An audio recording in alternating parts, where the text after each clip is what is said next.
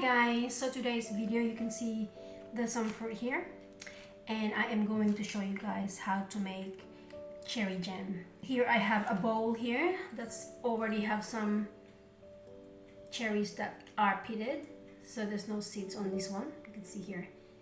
And I have my pit bowl here with some seeds here that I've already done, and I have my pitter here. A kilo of cherries. Well, it used to be a kilo yesterday, but I ate a handful, so it's just a little less.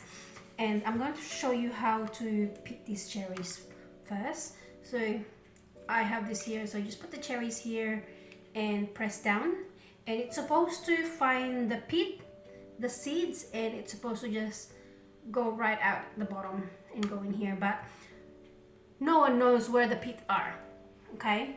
No one knows where they're located because they're not centered sometimes, so it's like hit and miss, so we'll see. So I'm gonna press down and hopefully the pit will come out, otherwise I have to find it. I can feel it, so there it is. Hey, lucky me. So there's the pit, guys, the seeds. So the cherries are very messy, they bleed a lot, so you can see here. So that goes in here, and I am going to show you these cherries. Look at it, they don't have stalks. So the stalk, guys, is just a handle for you to hold the cherries properly and be fancy. So this is the stalk here, and this one don't have a stalk. And the purpose of the stalk is you can hold it and be fancy. So I went to Donnybrook yesterday with my husband, and we passed a few cherry stall, and I said I wanted to get, wow, that's a good one. See, the pit just came out of it straight away. So I saw two cherry stall, and I said I want to get some cherries. And when I grabbed the bag of cherries, the lady said she'll just get me the other bag, and I'm like, why, what's wrong with this one? And she said this one don't have the stalk, and these bags are $15 for 1 kilo. So I'm like, because the one with the stalk are $5 more. I don't see the point of buying cherries with the stalk because it's not edible anyway, and save $5. I'm going to pick all these cherries and I will be back to show you the process of making jam. I just finished, and it took me about 20 minutes to pick all these cherries. So you can see all those pits. It doesn't look much, but it took me a while, and all the juice. It's very messy. I'm just gonna drain the juice and put it there. These are the cherries that I pitted, and I just wanted to see how much cherries it ended up to. It is 728 grams. And I am going to put some water in here. So I'm going to put the same amount of water and the same amount of sugar. I have 2.5 cups of water here and the same amount of sugar. It is 2.5 cups of sugar. This is the white granulated sugar. So just pinch of salt, and I'm going to simmer this for quite a while until it gets a bit mushy. So that's gonna be a long process.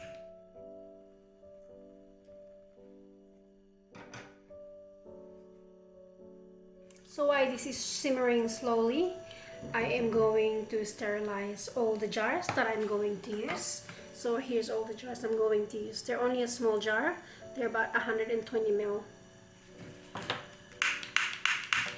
So I'm going to boil some hot water. I have a bowl here with all the jars I'm going to use, and I am sterilizing more than I need, so it's better more than less. And I also found all these small takeaway containers. I'm just going to put the hot water to sterilize the jars, and I probably don't have enough water, so I'm going to boil some more, and I'm also going to put some here. And one ingredient that I forgot to tell you guys, lemon juice. I need 10 grams.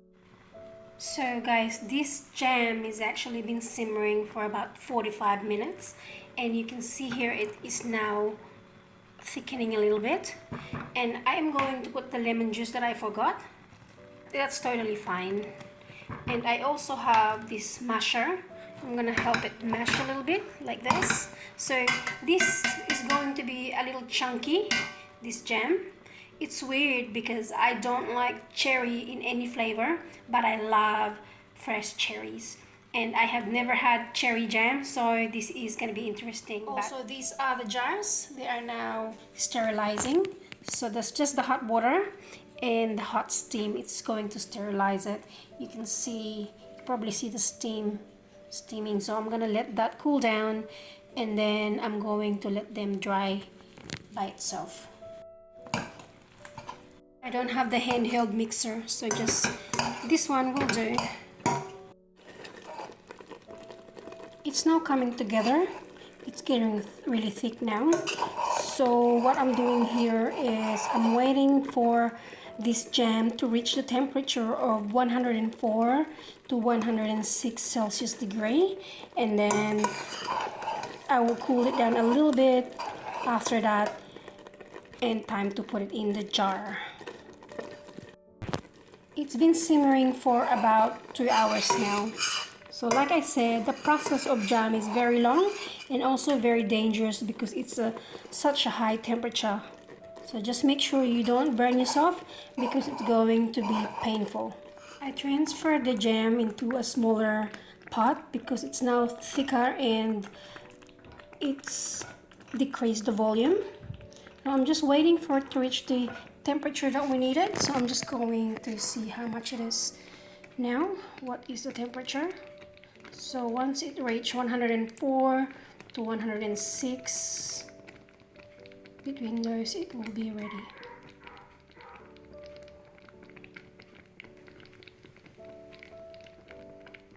Okay, that's done, guys. So this is now going to be ready soon. So I'm just gonna wait for this to cool down a little bit. So these are all the jars that I sterilized. Transfer the jam into this jug because it has this spout and it's easier for me to pour. Don't let the jam cool down completely. Just let the boiling bubbles to settle down before pouring it into your preferred jars, and it is easier to pour it while it's still warm, and just be very careful because it's going to be really hot. Here are the jams now. These 5 jars here contains about 125 grams each, and this one here contains 80 grams each, and the total hours of making these jams with the ingredients I provided is around about 3 hours more or less. So thank you guys for watching. I hope you learned something and you enjoyed this video. Bye!